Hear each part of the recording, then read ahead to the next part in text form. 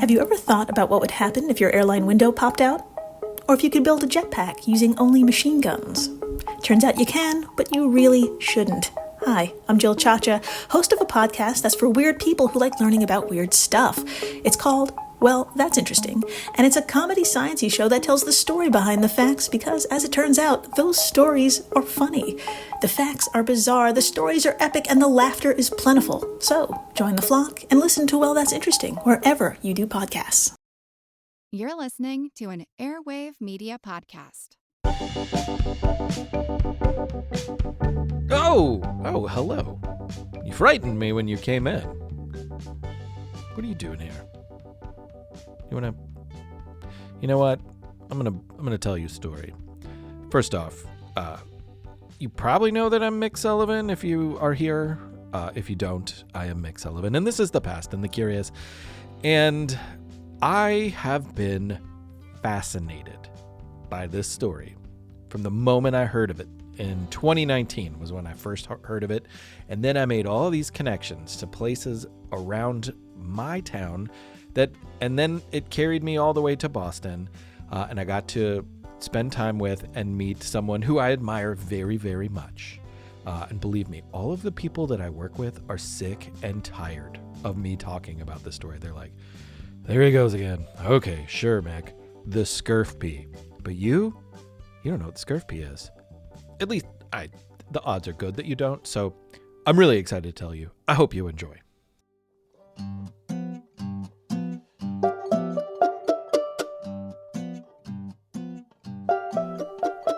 You've probably smelled a lot of smells in your life. And in the same way, you've probably tasted a lot of tastes. I'm sure you have some favorites of those. I also bet that you've heard a lot of sounds as well. But here's an interesting point. There are sounds, smells, and tastes that no one alive today has ever and will ever hear, smell, or taste. Why? Because they're gone. For many different reasons, they are gone. Now, that's not always a bad thing. I'm guessing the smell of a particular busy Chicago street corner near a hot dog factory on a hot summer day before there was trash collection and hundreds of horses were walking around and pooping randomly on the pavement is not a smell that I want to experience. Luckily, in that case, I probably never will. But on the other hand, maybe the taste of a nice but now gone flavor is a sad thing to miss out on. For example, chances are good that you've never tasted a Gros Michel banana. By the way, Gros Michel is French for Big Michael. So a lot of people call them Big Mikes, and I am one of those people. It's not impossible to taste one today, but it is highly unlikely. Not in the past, though. In the 1800s, the Big Mike was the banana everyone ate and everyone loved. There were so many Big Mike bananas being eaten that at one point, then New York City Police Chief Teddy Roosevelt, Theodore? Yes, Theodore, sorry. He had to pass a law about leaving banana peels on the street. Because yes, as we've covered before, people did really slip on banana peels. But in the mid-1900s, a blight called Panama disease wiped out the Gros Michel banana crops around the world. Most of them died, but the disease stuck around, so when replanted, the disease got new ones too. Farmers stopped trying to grow them and started growing a different variety, the Cavendish banana, instead. Today, this is the banana you find most commonly in stores. Because it is resistant to the disease that tanked the Gros Michel crops, it became the favorite. They don't taste exactly alike, but I've heard they're close.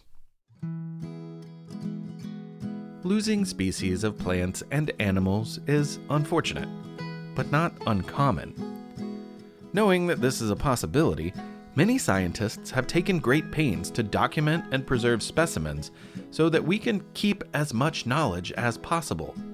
Knowledge, of course, is a good thing, and so is protecting it.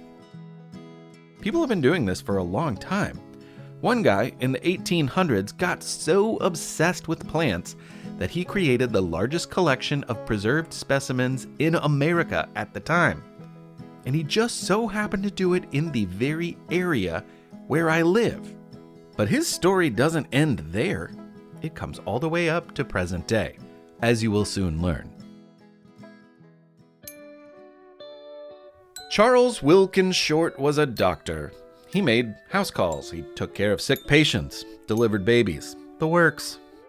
After studying medicine in Kentucky, he traveled to Philadelphia to learn from Dr. Caspar Wister, a smart man who had a great name.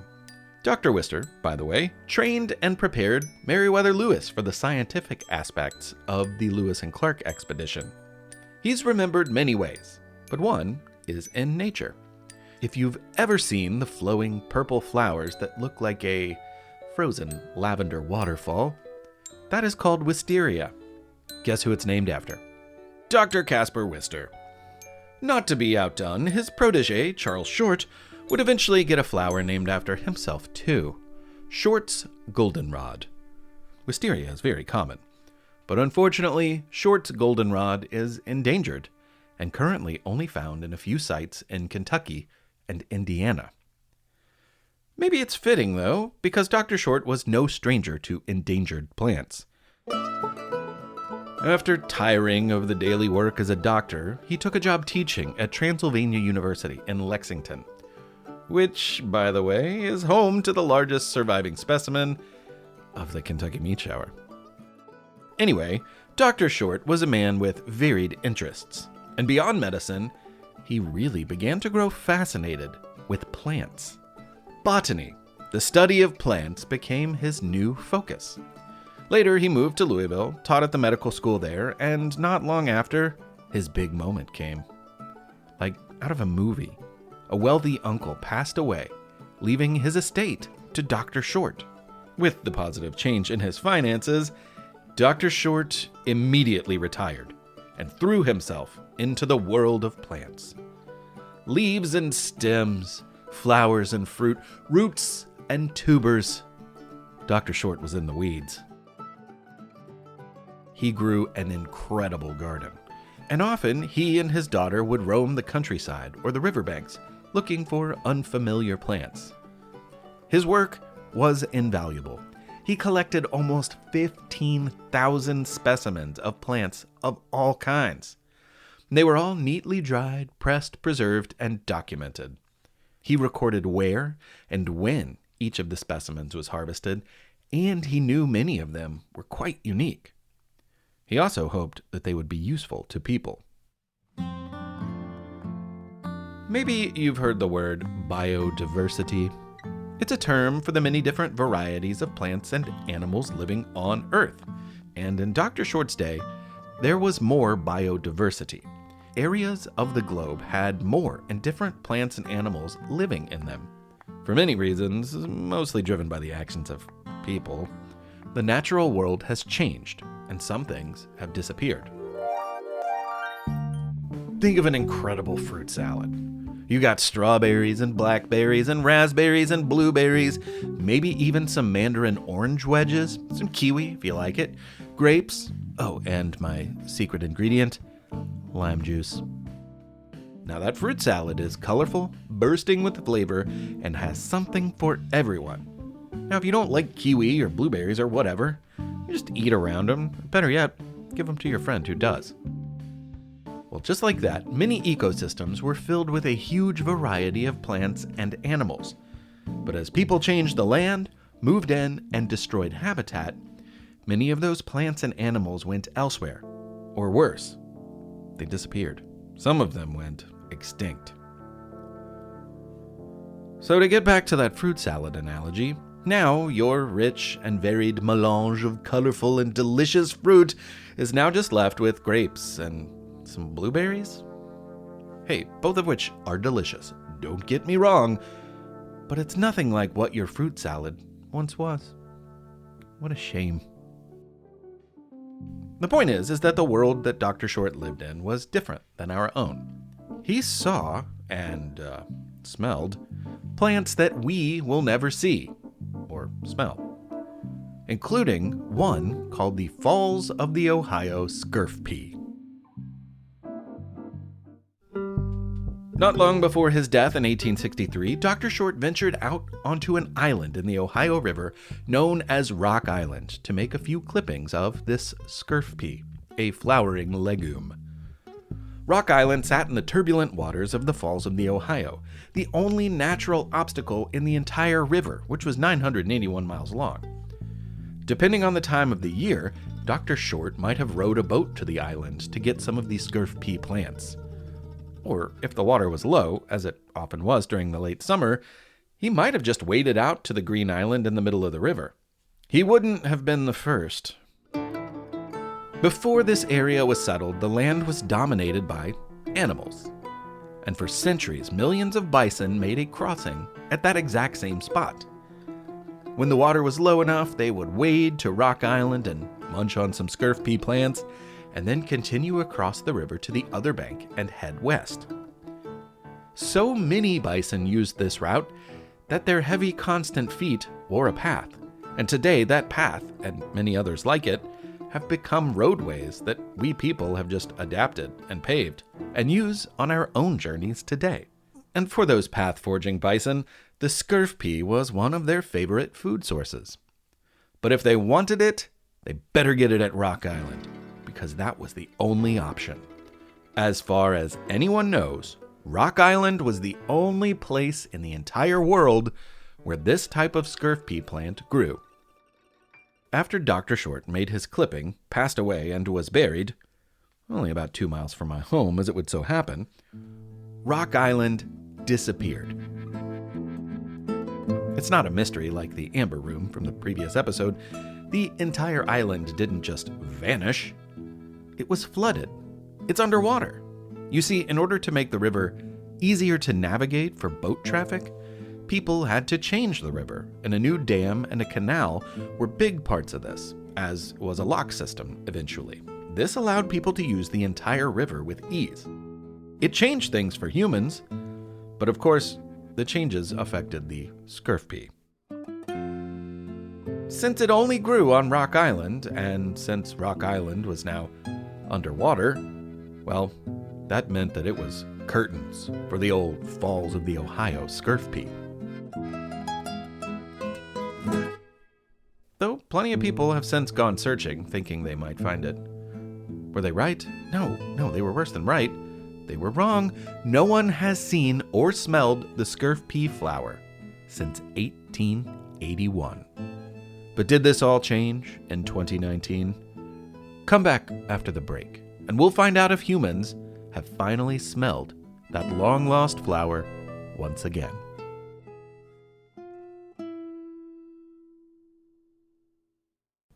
Hey now, it's getting greener and, dare I say, warmer outside.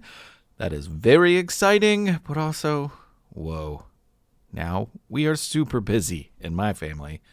I bet homeschool families are looking for ways to keep up the momentum through these busy spring days, because as schedules fill up with activities, travel, and spring events, it sure can be challenging to keep learning consistent. IXL makes it simple to stay on track with focused, flexible practice that fits your routine. IXL is an award-winning online learning platform that fits seamlessly into homeschooling.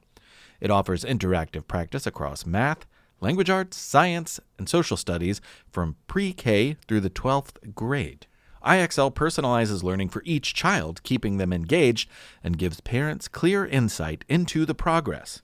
It's a really intuitive platform, and we've found great options for math, which is an area of focus in our house. It's simple and time-saving. Everything is just organized by grade and subject, so you can quickly find what each child needs without juggling multiple resources. It's also flexible and personalized, so whether reviewing earlier concepts or tackling new material, IXL adapts to each child's pace with no pressure. So make an impact on your child's learning. Get IXL now. And the Past and the Curious listeners can get an exclusive 20% off IXL membership when they sign up today at www.ixl.com/curious. That is www.ixl.com/curious to get the most effective learning program out there at the best price.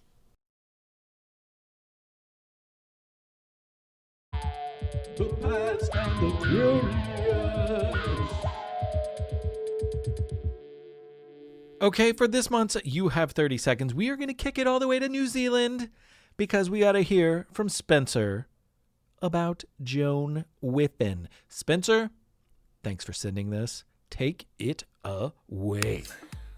I'm Spencer, and I'm from New Zealand, and I'm here to tell you about for New Zealand Joan Whiffen, known here as the Dinosaur Lady. She was born in 1922 and was an amateur paleontologist. At the time, many scientists believed there were no dinosaurs in New Zealand. Were they right? They were worse than right. They were wrong. In 1975, in the early 50s, Joan proved the scientists wrong by discovering a theropod tailbone. Joan went on to discover 5 more dinosaur species in New Zealand and worked into her 70s. Bye! The Dinosaur Lady? Yes! Yes! And nice work putting in that catchphrase. Spencer, I love it. Thank you so much for sending this. You did a fantastic job. If anyone else out there would like to follow in Spencer's footsteps and send in a You Have 30 Seconds of your very own, you just record it. It's pretty simple. Ask Spencer. And then you can email it to me at hello@thepastandthecurious.com. Thank you very much. Good work, Spencer. It's quiz time. It's quiz time. It's quiz time. Time. All right, y'all, this quiz time is a different quiz time because this is going to be an audio quiz time. We're talking about things that you can't sense anymore: smell, taste, and hearing. So I've picked 3 sounds from the past. I won't say they're impossible for you to hear, but you probably won't hear them, at least not day to day. So take a listen to these 3 things, and you tell me if you can identify or guess or predict what is making that sound.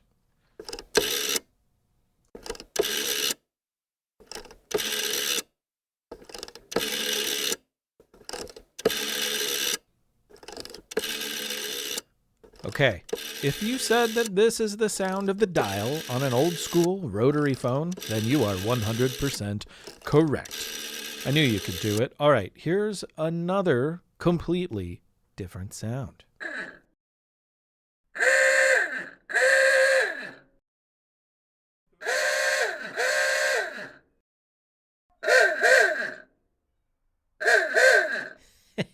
Classic, right? Yeah, that's the sound of an old car horn, which also involved a rotary device. It actually had a crank, so you were in control of how fast and I guess how loud, like what the amplitude was. So good work. Okay, last one. This is maybe the most challenging one. I don't know. Let's see what you can do. Here it comes.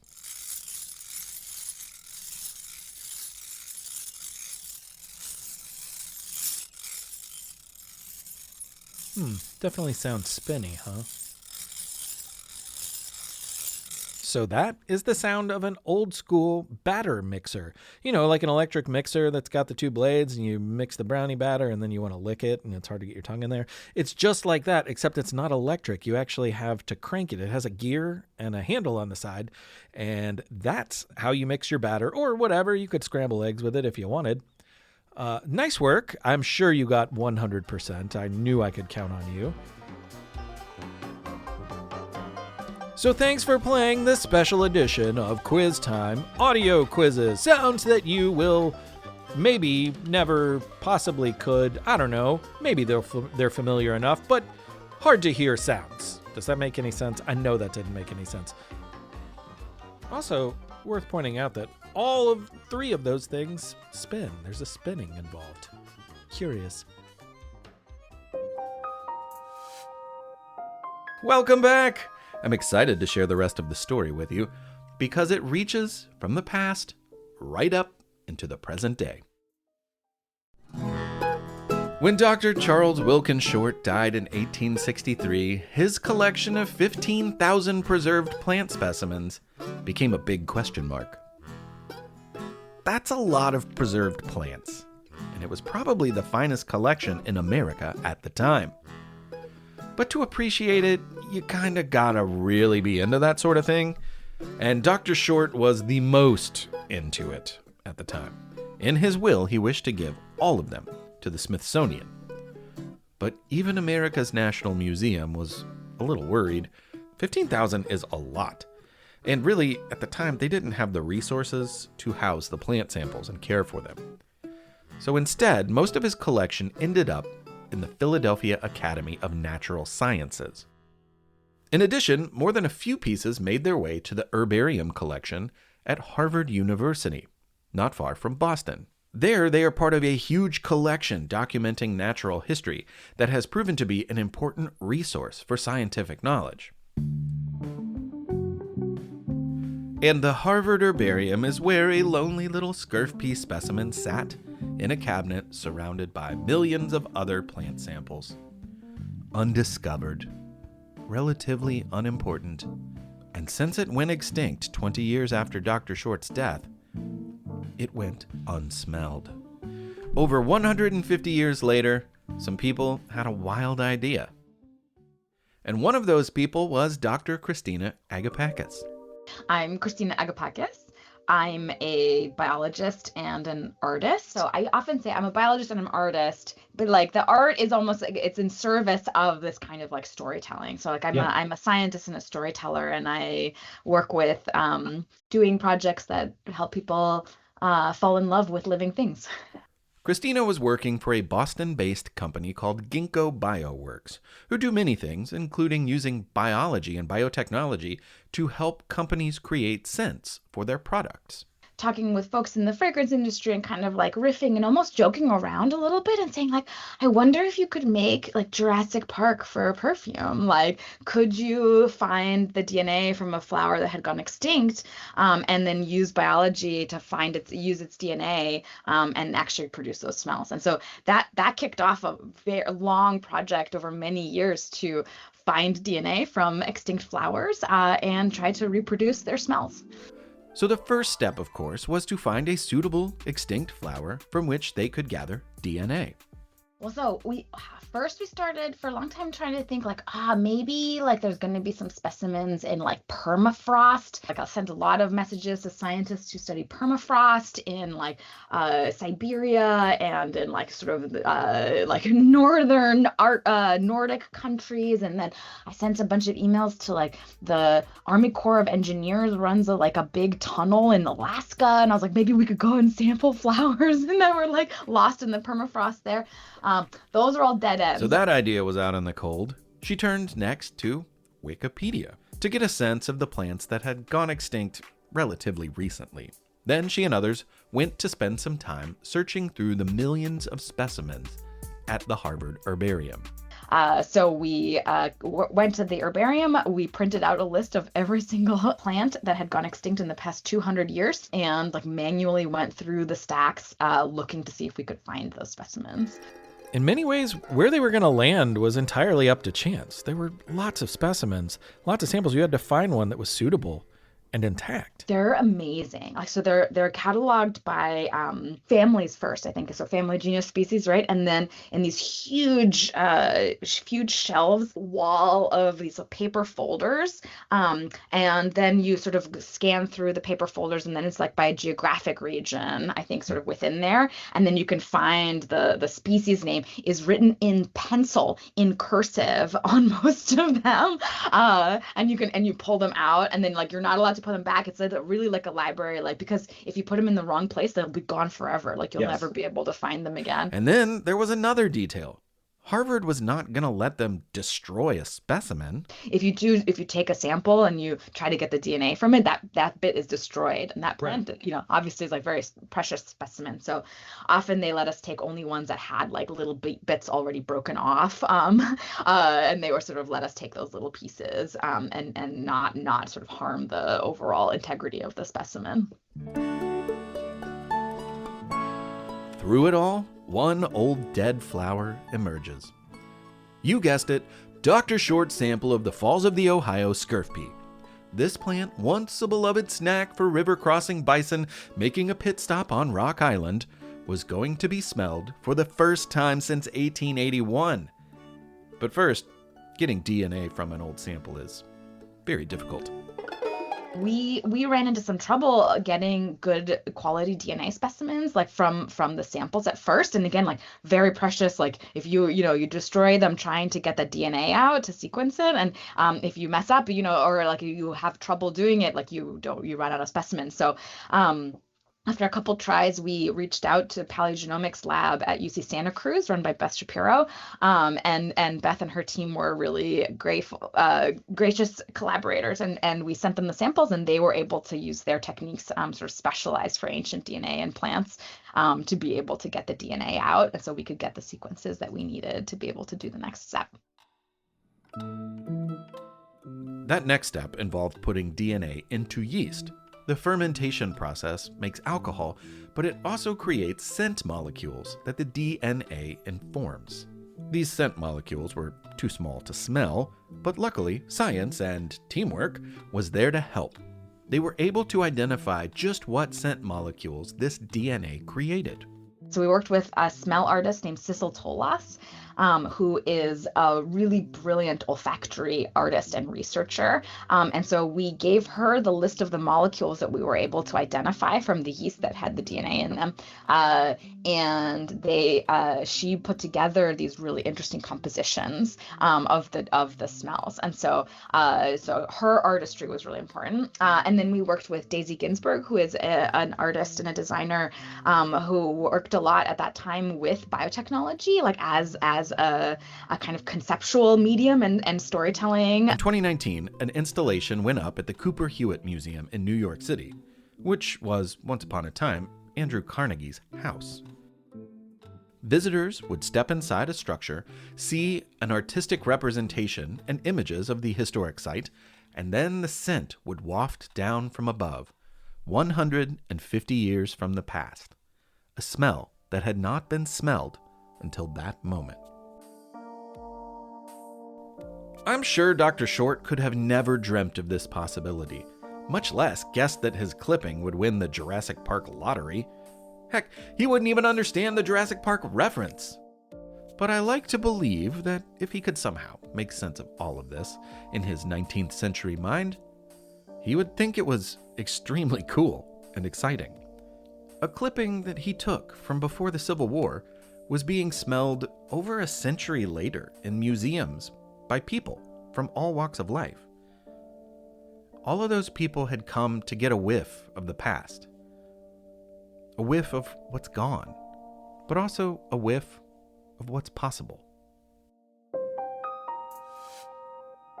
But the question on many people's minds is this: was the smell perfect? I think, first of all, the biology of smell is really interesting and complicated. Like a plant or flower has zillions of different things that are contributing to the smell that it has. Those, like, they change over the course of a day or the course of a season. There's no like single smell. And what we were able to kind of capture from the DNA was a very small fraction of the kinds of biology that are going to be able to make all of those smells. So it was already kind of like a really small snapshot of the molecules that are part of a smell. And like we were no way to be able to tell like how much of those molecules, like relative to each other, all of that were creative decisions that Sissel had to make based on the science of what we could find in the research. So that the art of perfumery and sort of creating these smells is a lot of sort of layers of interpretation in addition to kind of the scientific questions that are still open. So the exhibit is currently in Miami, and that is the last stop of the tour. So if you're like me and you can't make it to smell the scurf pea, you can get a sense thanks to a perfume company called Future Society, who have made a wearable version of the scent. Now that I've smelled, and it smells really great. It's called Grassland Opera. As for science and the possibilities of biodiversity, I think Dr. Agapakis has a tremendous outlook. I wanted biology to be something that you could fall in love with. And like that sort of like fluffiness of like perfumes, like it's intangible. It doesn't feel serious, like compared to something like, oh, I'm gonna make, whatever, I'm gonna cure cancer, I'm gonna do these other things. Like it might seem sort of silly. But I think that kind of like that human and emotional connection to like everyday things also really matters and is an important part of science and technology and what we do in the world. So I still work with biotechnology, and I still want to tell fun, beautiful stories. I love stories too, and I'm sure if you're listening, you do as well. So it's really exciting to me to share this story, especially one where you can tell stories. Someone's telling stories through science. What a cool idea. And I love the fact that this story spans 2 centuries, which is just amazing to me. There's people connected across time and across space, which is fantastic. I want to thank Dr. Christina Agapakis for her willingness to participate in this and to join me on stage at WBUR's mega super awesome, super huge, wicked fun podcast, which was just this past weekend from when this show releases. It's so fun to share stories like this, and I admire the work that she does and want to share that with everyone. So I hope you enjoyed, and I hope you'll appreciate a good smell.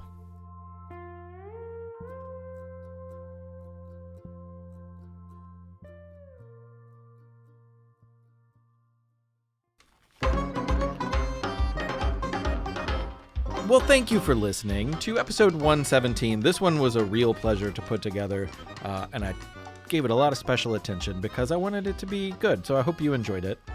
And also, again, I want to thank Christina Agapakis for joining me on air and also live at WBUR City Space.